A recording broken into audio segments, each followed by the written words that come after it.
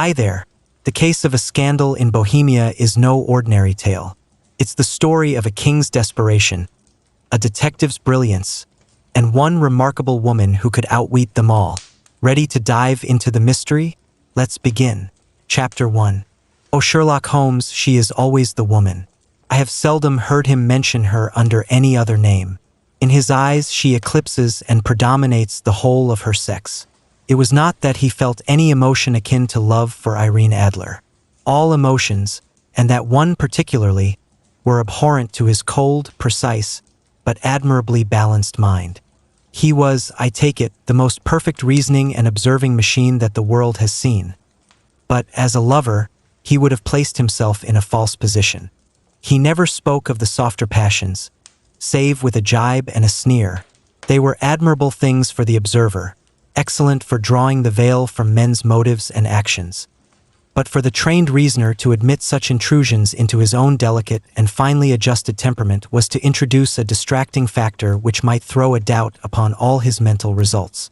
Grit in a sensitive instrument, or a crack in one of his own high-power lenses, would not be more disturbing than a strong emotion in a nature such as his.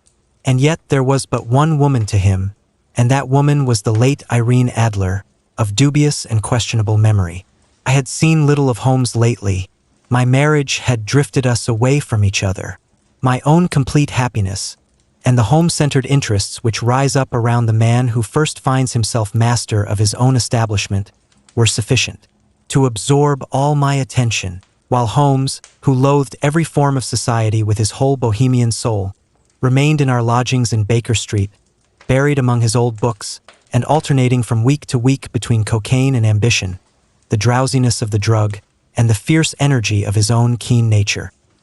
He was still, as ever, deeply attracted by the study of crime, and occupied his immense faculties and extraordinary powers of observation in following out those clues, and clearing up those mysteries, which had been abandoned as hopeless by the official police. From time to time I heard some vague account of his doings, of his summons to Odessa in the case of the Trepoff murder, of his clearing up of the singular tragedy of the Atkinson brothers at Trincomalee, and finally of the mission which he had accomplished so delicately and successfully for the reigning family of Holland. Beyond these signs of his activity, however, which I merely shared with all the readers of the daily press, I knew little of my former friend and companion. One night, it was on the 20th of March 1888, I was returning from a journey to a patient, for I had now returned to civil practice, when my way led me through Baker Street. As I passed the well-remembered door, which must always be associated in my mind with my wooing, and with the dark incidents of the study in scarlet, I was seized with a keen desire to see Holmes again, and to know how he was employing his extraordinary powers. His rooms were brilliantly lit, and even as I looked up, I saw his tall, spare figure pass twice in a dark silhouette against the blind. He was pacing the room swiftly, eagerly, with his head sunk upon his chest and his hands clasped behind him.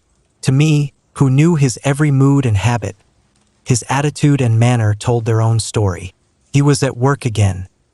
He had arisen out of his drug-created dreams, and was hot upon the scent of some new problem.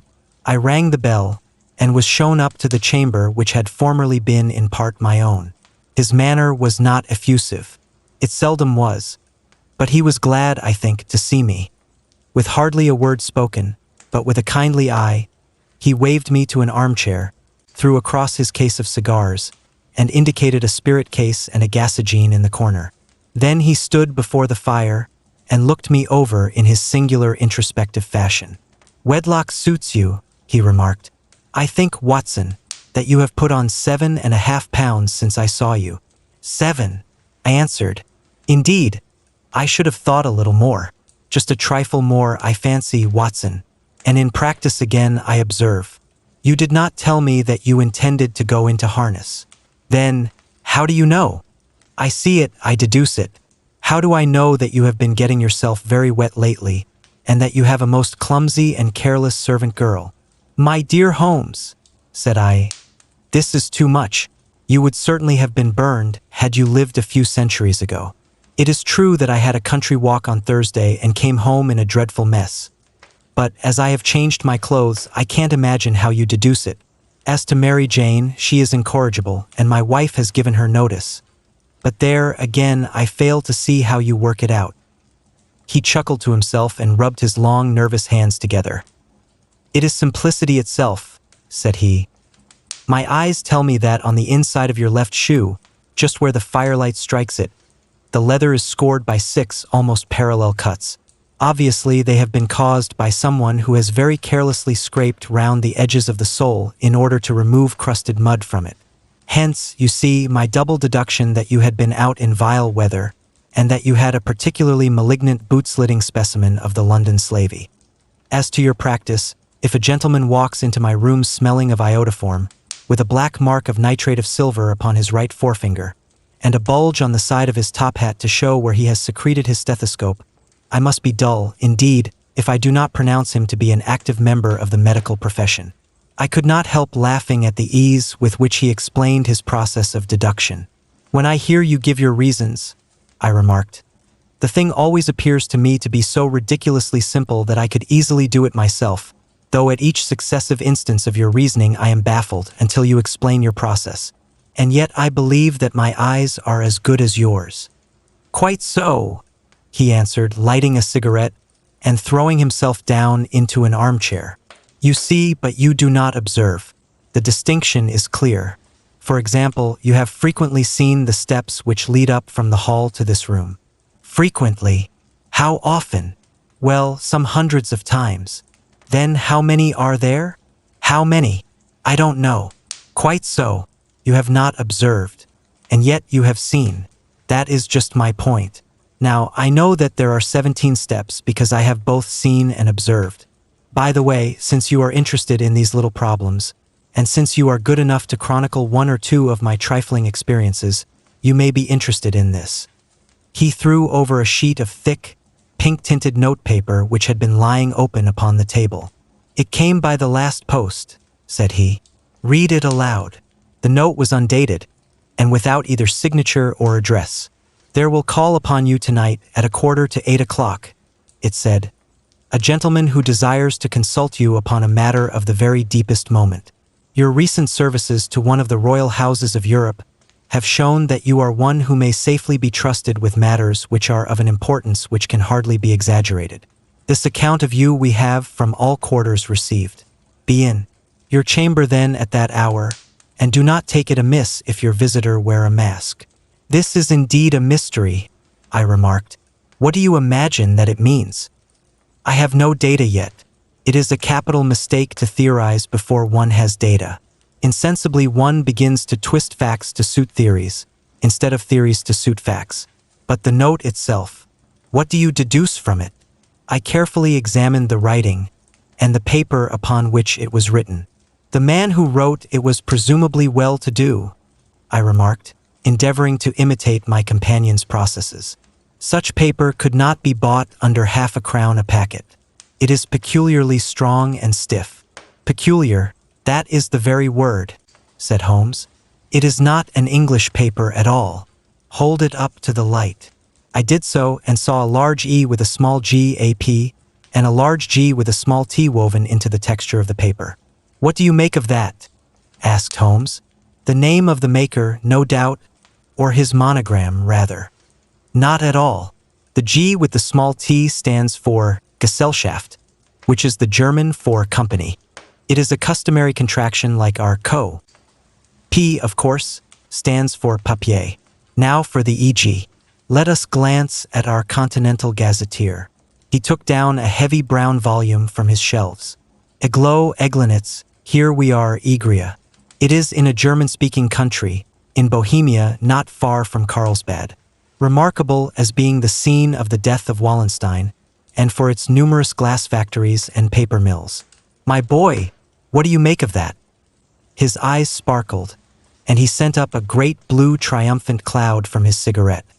"The paper was made in Bohemia," I said. "Precisely, and the man who wrote the note is a German. Do you note the peculiar construction of the sentence? This account of you we have from all quarters received. A Frenchman or Russian could not have written that. It is the German who is so uncourteous to his verbs." It only remains, therefore, to discover what is wanted by this German who writes upon Bohemian paper and prefers wearing a mask to showing his face. And here he comes, if I am not mistaken, to resolve all our doubts." As he spoke, there was the sharp sound of horses' hoofs and grating wheels against the curb, followed by a sharp pull at the bell. Holmes whistled. "A pair by the sound," said he. "Yes," he continued, glancing out of the window. "A nice little brougham and a pair of beauties. 150 guineas apiece. There's money in this case, Watson, if there is nothing else." "I think that I had better go, Holmes." "Not a bit, Doctor. Stay where you are. I am lost without my Boswell, and this promises to be interesting. It would be a pity to miss it. But your client—" "Never mind him. I may want your help, and so may he. Here he comes. Sit down in that armchair, Doctor, and give us your best attention." A slow and heavy step, which had been heard upon the stairs and in the passage, paused immediately outside the door. Then there was a loud and authoritative tap. "Come in," said Holmes. A man entered who could hardly have been less than 6 feet 6 inches in height, with the chest and limbs of a Hercules. His dress was rich with a richness which would, in England, be looked upon as akin to bad taste. Heavy bands of astrakhan were slashed across the sleeves and fronts of his double-breasted coat, while the deep blue cloak which was thrown over his shoulders was lined with flame-colored silk, and secured at the neck with a brooch which consisted of a single flaming barrel. Boots which extended halfway up his calves, and which were trimmed at the tops with rich brown fur, completed the impression of barbaric opulence which was suggested by his whole appearance. He carried a broad-brimmed hat in his hand, while he wore across the upper part of his face, extending down past the cheekbones, a black visored mask, which he had apparently adjusted that very moment, for his hand was still raised to it as he entered. From the lower part of the face he appeared to be a man of strong character, with a thick, hanging lip and a long, straight chin, suggestive of resolution pushed to the length of obstinacy. "You had my note?" he asked, with a deep, harsh voice and a strongly marked German accent. "I told you that I would call." He looked from one to the other of us, as if uncertain which to address. "Pray take a seat," said Holmes. "This is my friend and colleague, Dr. Watson, who is occasionally good enough to help me in my cases. Whom have I the honor to address?" "You may address me as the Count von Kram, a Bohemian nobleman. I understand that this gentleman, your friend, is a man of honor and discretion, whom I may trust with a matter of the most extreme importance. If not, I should much prefer to communicate with you alone." I rose to go, but Holmes caught me by the wrist and pushed me back into my chair. "It is both or none," said he. "You may say before this gentleman anything which you may say to me." The Count shrugged his broad shoulders. "Then I must begin," said he, "by binding you both to absolute secrecy for 2 years. At the end of that time the matter will be of no importance. At present it is not too much to say that it is of such weight it may have an influence upon European history." "I promise," said Holmes. "And I." "You will excuse this mask," continued our strange visitor. "The august person who employs me wishes his agent to be unknown to you, and I may confess at once that the title by which I have just called myself is not exactly my own." "I was aware of it," said Holmes dryly. "The circumstances are of great delicacy, and every precaution has to be taken to quench what might grow to be an immense scandal and seriously compromise one of the reigning families of Europe. To speak plainly, the matter implicates the great house of Ormstein, hereditary kings of Bohemia." "I was also aware of that," murmured Holmes, settling himself down in his armchair and closing his eyes. Our visitor glanced with some apparent surprise at the languid, lounging figure of the man who had been no doubt depicted to him as the most incisive reasoner and most energetic agent in Europe. Holmes slowly reopened his eyes and looked impatiently at his gigantic client. "If your Majesty would condescend to state your case," he remarked, "I should be better able to advise you." The man sprang from his chair and paced up and down the room in uncontrollable agitation. Then, with a gesture of desperation, he tore the mask from his face and hurled it upon the ground. "You are right," he cried. "I am the king. Why should I attempt to conceal it? Why, indeed, murmured Holmes. Your Majesty had not spoken before I was aware that I was addressing Wilhelm Gottsreich Sigismund von Ormstein, Grand Duke of Kassel-Felstein, and hereditary King of Bohemia. But you can understand, said our strange visitor, sitting down once more and passing his hand over his high, white forehead. You can understand that I am not accustomed to doing such business in my own person, yet the matter was so delicate that I could not confide it to an agent without putting myself in his power. I have come incognito from Prague for the purpose of consulting you. Then pray consult, said Holmes, shutting his eyes once more. The facts are briefly these. Some 5 years ago, during a lengthy visit to Warsaw, I made the acquaintance of the well-known adventuress Irene Adler. The name is no doubt familiar to you. Kindly look her up in my index, Doctor, murmured Holmes without opening his eyes. For many years he had adopted a system of docketing all paragraphs concerning men and things, so that it was difficult to name a subject or a person on which he could not at once furnish information. That in this case I found her biography sandwiched in between that of a Hebrew rabbi and that of a staff commander who had written a monograph upon the deep-sea fishes. Let me see, said Holmes. Born in New Jersey in the year 1858. Contralto, La Scala, prima donna Imperial Opera of Warsaw, yes. Retired from operatic stage. Aha! Living in London, quite so. Your Majesty, as I understand, became entangled with this young person, wrote her some compromising letters, and is now desirous of getting those letters back. Precisely so. But how? Was there a secret marriage? None. No legal papers or certificates? None. Then I fail to follow your Majesty. If this young person should produce her letters for blackmailing or other purposes, how is she to prove their authenticity? There is the writing. Pooh. Forgery. My private notepaper. Stolen. My own seal. Imitated. My photograph. Bought. We were both in the photograph. Oh dear, that is very bad. Your Majesty has indeed committed an indiscretion. I was mad, insane. You have compromised yourself seriously. I was only crown prince then. I was young. I am but 30 now. It must be recovered. We have tried and failed. Your Majesty must pay. It must be bought. She will not sell. Stolen, then? 5 attempts have been made. Twice burglars in my pay ransacked her house. Once we diverted her luggage when she traveled. Twice she has been waylaid. There has been no result. No sign of it? Absolutely none. Holmes laughed. It is quite a pretty little problem, said he. But a very serious one to me, returned the king reproachfully. Very indeed. And what does she propose to do with the photograph? To ruin me. But how? I am about to be married. So I have heard. To Clotilde Lothman von Saxe-Meiningen, second daughter of the King of Scandinavia. You may know the strict principles of her family. She is herself the very soul of delicacy. A shadow of a doubt as to my conduct would bring the matter to an end.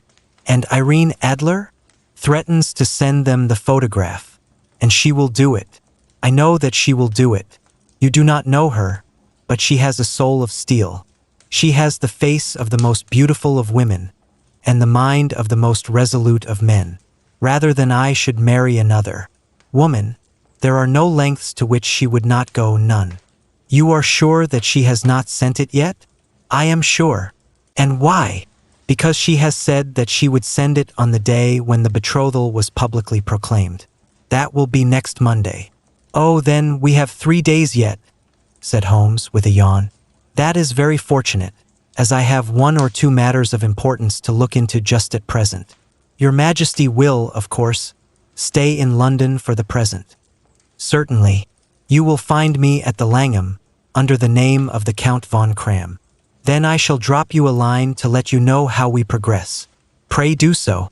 I shall be all anxiety. Then, as to money, you have carte blanche. Absolutely. I tell you that I would give one of the provinces of my kingdom to have that photograph. And for present expenses? The king took a heavy chamois leather bag from under his cloak and laid it on the table. "There are £300 in gold and 700 in notes," he said. Holmes scribbled a receipt upon a sheet of his notebook and handed it to him. "And Mademoiselle's address?" he asked. "Is Bryony Lodge, Serpentine Avenue, St. John's Wood." Holmes took a note of it. "One other question," said he. "Was the photograph a cabinet?" "It was." "Then good night, Your Majesty, and I trust that we shall soon have some good news for you. And good night, Watson," he added, as the wheels of the royal brougham rolled down the street.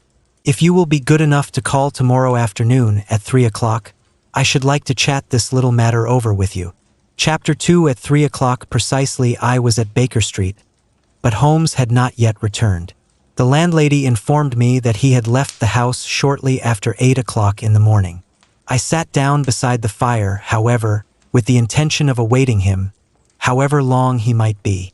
I was already deeply interested in his inquiry, for though it was surrounded by none of the grim and strange features which were associated with the two crimes which I have already recorded, still, the nature of the case and the exalted station of his client gave it a character of its own. Indeed, apart from the nature of the investigation which my friend had on hand, there was something in his masterly grasp of a situation, and his keen, incisive reasoning, which made it a pleasure to me to study his system of work, and to follow the quick, subtle methods by which he disentangled the most inextricable mysteries. So accustomed was I to his invariable success that the very possibility of his failing had ceased to enter into my head. It was close upon 4 before the door opened, and a drunken-looking groom, ill-kempt and side-whiskered, with an inflamed face and disreputable clothes, walked into the room. Accustomed as I was to my friend's amazing powers in the use of disguises, I had to look 3 times before I was certain that it was indeed he. With a nod he vanished into the bedroom, whence he emerged in 5 minutes tweed-suited and respectable, as of old. Putting his hands into his pockets, he stretched out his legs in front of the fire and laughed heartily for some minutes. "Well, really," he cried, and then he choked and laughed again until he was obliged to lie back, limp and helpless, in the chair. "What is it? It's quite too funny. I am sure you could never guess how I employed my morning, or what I ended by doing. I can't imagine. I suppose that you have been watching the habits, and perhaps the house of Miss Irene Adler." "Quite so, but the sequel was rather unusual. I will tell you, however. I left the house a little after 8 o'clock this morning, in the character of a groom out of work. There is a wonderful sympathy and freemasonry among horsey men. Be one of them and you will know all that there is to know. I soon found Bryony Lodge. It is a bijou villa with a garden at the back, but built out in front right up to the road, 2 stories. Chubb lock to the door. Large sitting room on the right side, well furnished, with long windows almost to the floor, and those preposterous English window fasteners which a child could open. Behind there was nothing remarkable, save that the passage window could be reached from the top of the coach-house. I walked round it and examined it closely from every point of view, but without noting anything else of interest. I then lounged down the street and found, as I expected, that there was a mews in a lane which runs down by one wall of the garden. I lent the ostlers a hand in rubbing down their horses, and I received in exchange 2d, a glass of half and half, 2 fills of shag tobacco, and as much information as I could desire about Miss Adler, to say nothing of 6 other people in the neighborhood in whom I was not in the least interested, but whose biographies I was compelled to listen to. "And what of Irene Adler?" I asked. "Oh, she has turned all the men's heads down in that part. She is the daintiest thing under a bonnet on this planet. So say the Serpentine Muse to a man. She lives quietly, sings at concerts, drives out at 5 every day, and returns at 7 sharp for dinner. Seldom goes out at other times except when she sings. Has only 1 male visitor, but a good deal of him. He is dark, handsome, and dashing, never calls less than once a day, and often twice. He is a Mr. Godfrey Norton of the Inner Temple. See the advantages of a cabman as a confidant. They had driven him home 12 times from Serpentine Mews, and knew all about him. When I had listened to all that they had to tell, I began to walk up and down near Bryony Lodge once more, and to think over my plan of campaign. This Godfrey Norton was evidently an important factor in the matter.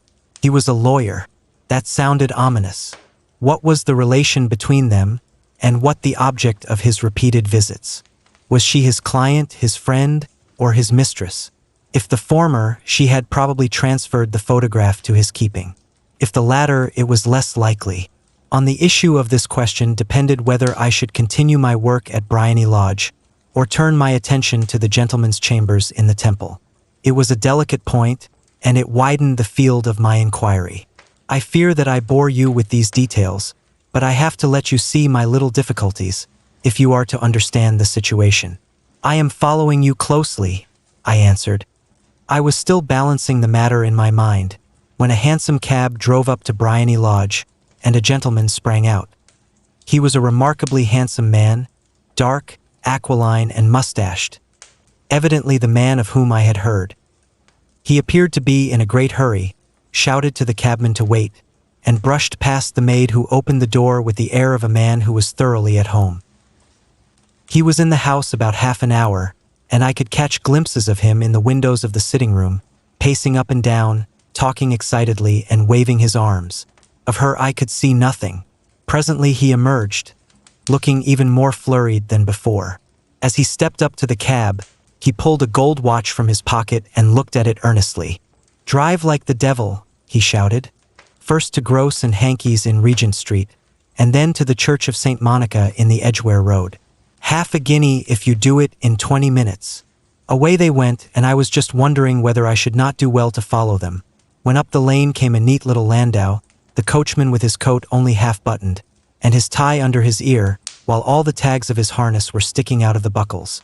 It hadn't pulled up before she shot out of the hall door and into it.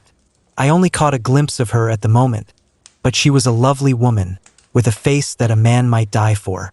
"The Church of St. Monica, John," she cried, "and half a sovereign if you reach it in 20 minutes. This was quite too good to lose, Watson.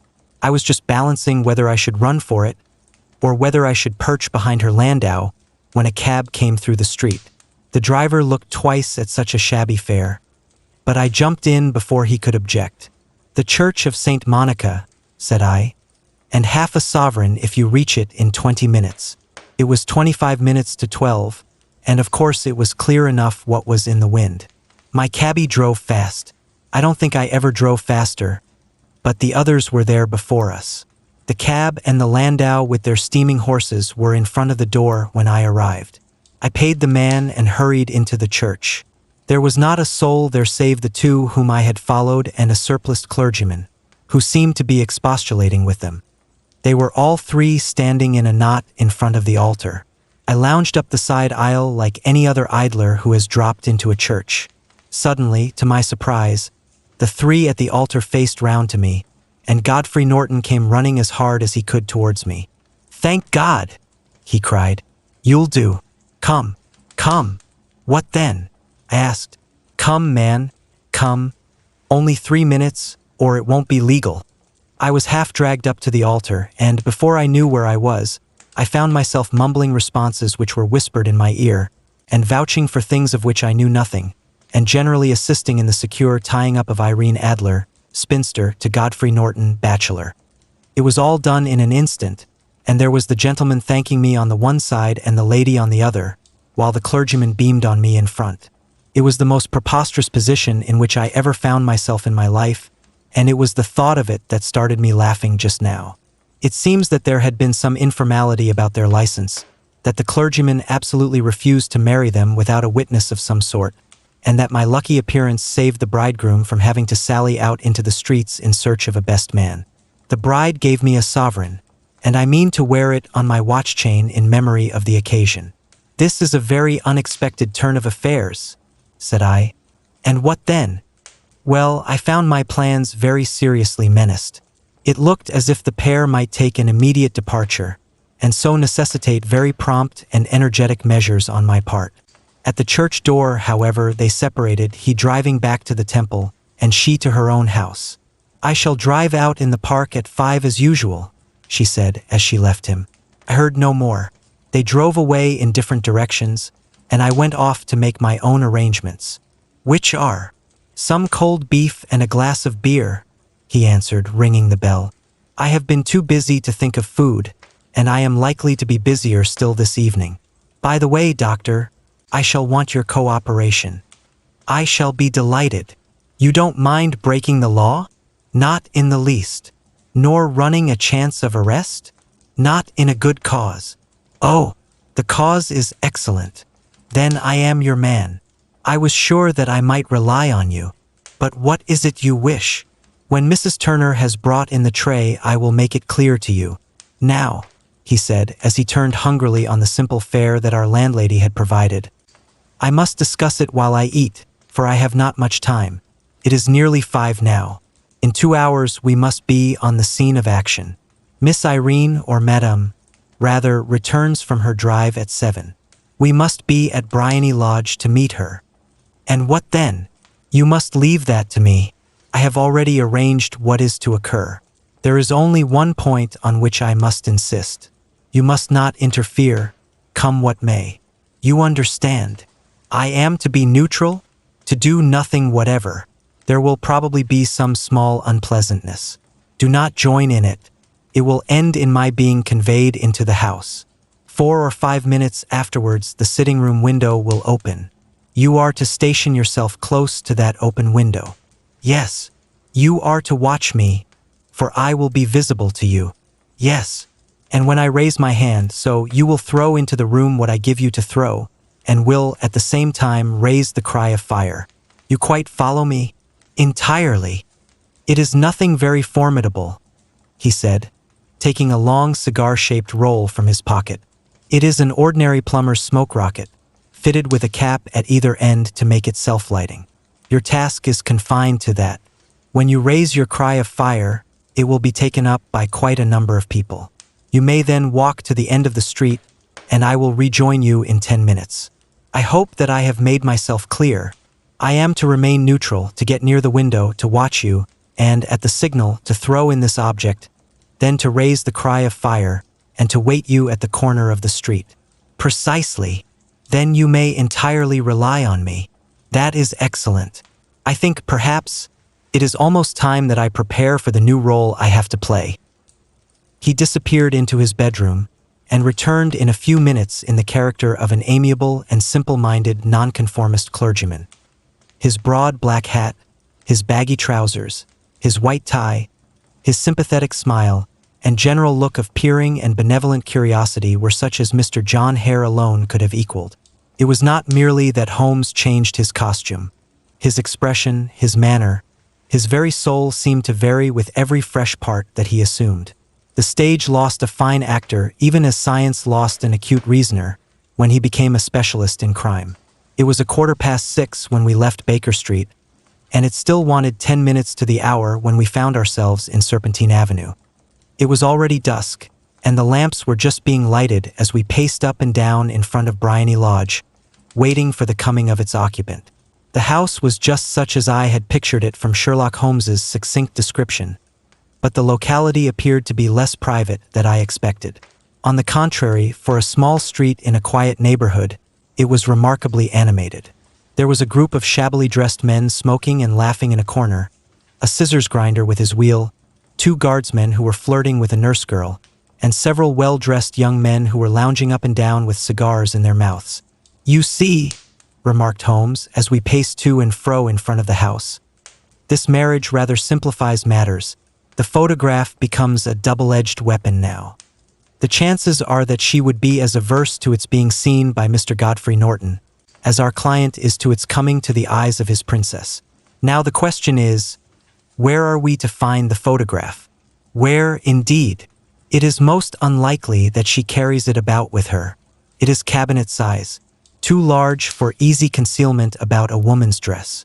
She knows that the king is capable of having her waylaid and searched. 2 attempts of the sort have already been made. We may take it, then, that she does not carry it about with her. Where, then? Her banker or her lawyer? There is that double possibility. But I am inclined to think neither. Women are naturally secretive, and they like to do their own secreting. Why should she hand it over to anyone else? She could trust her own guardianship, but she could not tell what indirect or political influence might be brought to bear upon a businessman. Besides, remember that she had resolved to use it within a few days. It must be where she can lay her hands upon it. It must be in her own house. But it has twice been burgled. Pshaw! They did not know how to look. But how will you look? I will not look. What then? I will get her to show me. But she will refuse. She will not be able to. But I hear the rumble of wheels. It is her carriage. Now carry out my orders to the letter. As he spoke, the gleam of the sidelights of a carriage came round the curve of the avenue. It was a smart little landau which rattled up to the door of Bryony Lodge. As it pulled up, one of the loafing men at the corner dashed forward to open the door in the hope of earning a copper, but was elbowed away by another loafer, who had rushed up with the same intention. A fierce quarrel broke out, which was increased by the two guardsmen, who took sides with one of the loungers, and by the scissors grinder, who was equally hot upon the other side. A blow was struck, and in an instant the lady, who had stepped from her carriage, was the center of a little knot of flushed and struggling men, who struck savagely at each other with their fists and sticks. Holmes dashed into the crowd to protect the lady, but just as he reached her, he gave a cry and dropped to the ground, with the blood running freely down his face. At his fall, the guardsmen took to their heels in one direction and the loungers in the other, while a number of better-dressed people, who had watched the scuffle without taking part in it, crowded in to help the lady and to attend to the injured man. Irene Adler, as I will still call her, had hurried up the steps, but she stood at the top with her superb figure outlined against the lights of the hall, looking back into the street. "Is the poor gentleman much hurt?" she asked. "He is dead," cried several voices. "No, no, there's life in him," shouted another. "But he'll be gone before you can get him to hospital." "He's a brave fellow," said a woman. "They would have had the lady's purse and watch if it hadn't been for him. They were a gang, and a rough one, too. Ah, he's breathing now. He can't lie in the street. May we bring him in, marm?" "Surely. Bring him into the sitting room. There is a comfortable sofa. This way, please." Slowly and solemnly he was borne into Bryony Lodge and laid out in the principal room, while I still observed the proceedings from my post by the window. The lamps had been lit, but the blinds had not been drawn, so that I could see Holmes as he lay upon the couch. I do not know whether he was seized with compunction at that moment for the part he was playing, but I know that I never felt more heartily ashamed of myself in my life than when I saw the beautiful creature against whom I was conspiring, or the grace and kindliness with which she waited upon the injured man.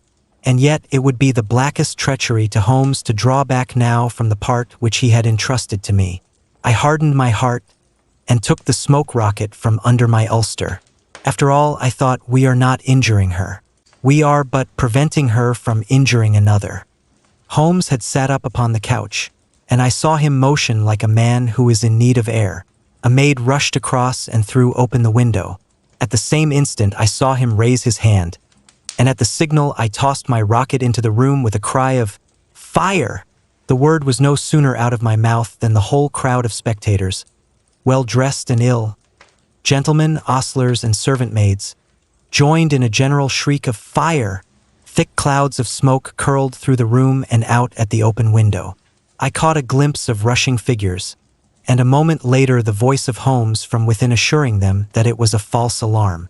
Slipping through the shouting crowd, I made my way to the corner of the street, and in 10 minutes was rejoiced to find my friend's arm in mine, and to get away from the scene of uproar. He walked swiftly and in silence for some few minutes, until we had turned down one of the quiet streets which lead towards the Edgware Road. "You did it very nicely, Doctor," he remarked. "Nothing could have been better. It is all right. You have the photograph? I know where it is. And how did you find out?" "She showed me, as I told you that she would. I am still in the dark. I do not wish to make a mystery," said he, laughing. "The matter was perfectly simple. You, of course, saw that everyone in the street was an accomplice. They were all engaged for the evening. I guessed as much. Then, when the row broke out, I had a little moist red paint in the palm of my hand. I rushed forward, fell down, clapped my hand to my face, and became a piteous spectacle. It is an old trick. That also I could fathom. Then they carried me in. She was bound to have me in. What else could she do? And into her sitting room, which was the very room which I suspected. It lay between that and her bedroom, and I was determined to see which. They laid me on a couch. I motioned for air. They were compelled to open the window, and you had your chance. How did that help you? It was all important. When a woman thinks that her house is on fire, her instinct is at once to rush to the thing which she values most. It is a perfectly overpowering impulse, and I have more than once taken advantage of it. In the case of the Darlington substitution scandal, it was of use to me, and also in the Arnsworth Castle business. A married woman grabs at her baby. An unmarried one reaches for her jewel box. Now it was clear to me that Our Lady of today had nothing in the house more precious to her than what we are in quest of. She would rush to secure it. The alarm of fire was admirably done. The smoke and shouting were enough to shake nerves of steel. She responded beautifully. The photograph is in a recess behind a sliding panel just above the right bell pull. She was there in an instant, and I caught a glimpse of it as she half drew it out. When I cried out that it was a false alarm, she replaced it, glanced at the rocket, rushed from the room, and I have not seen her since. I rose and, making my excuses, escaped from the house. I hesitated whether to attempt to secure the photograph at once. But the coachman had come in, and as he was watching me narrowly, it seemed safer to wait. A little over-precipitance may ruin all. And now, I asked, our quest is practically finished. I shall call with the king tomorrow, and with you if you care to come with us. We will be shown into the sitting room to wait for the lady, but it is probable that when she comes she may find neither us nor the photograph. It might be a satisfaction to His Majesty to regain it with his own hands. And when will you call? At 8 in the morning. She will not be up, so that we shall have a clear field. Besides, we must be prompt, for this marriage may mean a complete change in her life and habits. I must wire to the king without delay. We had reached Baker Street and had stopped at the door. He was searching his pockets for the key when someone passing said, "Good night, Mr. Sherlock Holmes." There were several people on the pavement at the time, but the greeting appeared to come from a slim youth in an ulster who had hurried by. "I've heard that voice before," said Holmes, staring down the dimly lit street. "Now, I wonder who the deuce that could have been. I slept at Baker Street that night, and we were engaged upon our toast and coffee in the morning when the King of Bohemia rushed into the room. You have really got it?" he cried, grasping Sherlock Holmes by either shoulder and looking eagerly into his face. "Not yet. But you have hopes?" "I have hopes." "Then come. I am all impatience to be gone. We must have a cab." "No, my brougham is waiting." "Then that will simplify matters." We descended and started off once more for Briony Lodge. "Irene Adler is married," remarked Holmes. "Married? When?" "Yesterday." "But to whom?" "To an English lawyer named Norton." "But she could not love him?" "I am in hopes that she does." "And why in hopes?" "Because it would spare your Majesty all fear of future annoyance. If the lady loves her husband, she does not love your Majesty.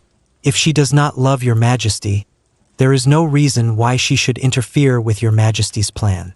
It is true, and yet, well, I wish she had been of my own station. What a queen she would have made." He relapsed into a moody silence, which was not broken until we drew up in Serpentine Avenue. The door of Briony Lodge was open, and an elderly woman stood upon the steps. She watched us with a sardonic eye as we stepped from the brougham. "Mr. Sherlock Holmes, I believe?" said she. "I am Mr. Holmes," answered my companion, looking at her with a questioning and rather startled gaze. "Indeed, my mistress told me that you were likely to call.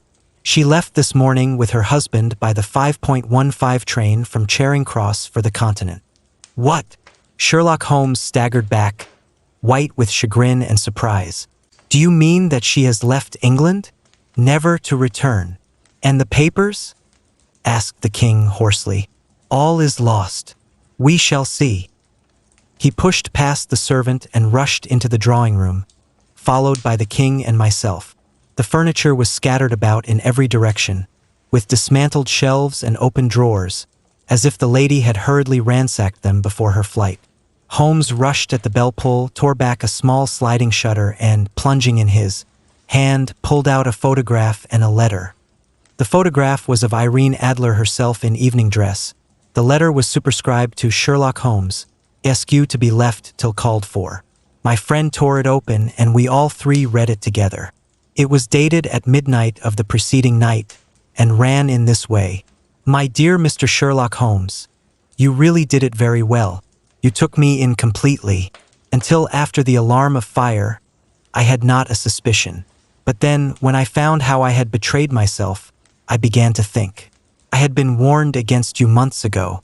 I had been told that, if the king employed an agent, it would certainly be you. And your address had been given me. Yet, with all this, you made me reveal what you wanted to know. Even after I became suspicious, I found it hard to think evil of such a dear, kind old clergyman. But, I have been trained as an actress myself. Male costume is nothing new to me.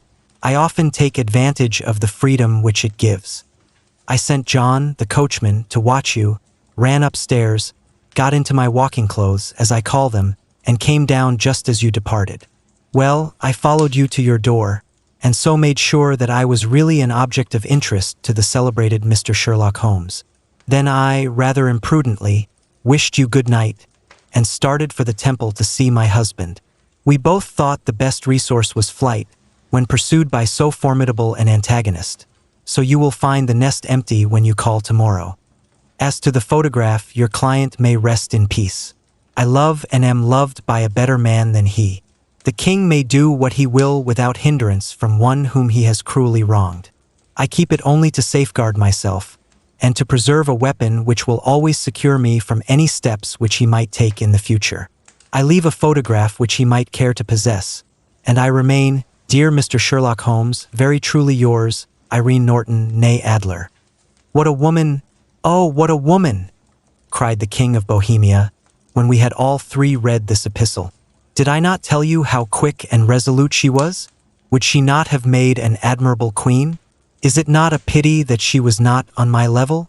From what I have seen of the lady, she seems indeed to be on a very different level to your majesty, said Holmes coldly.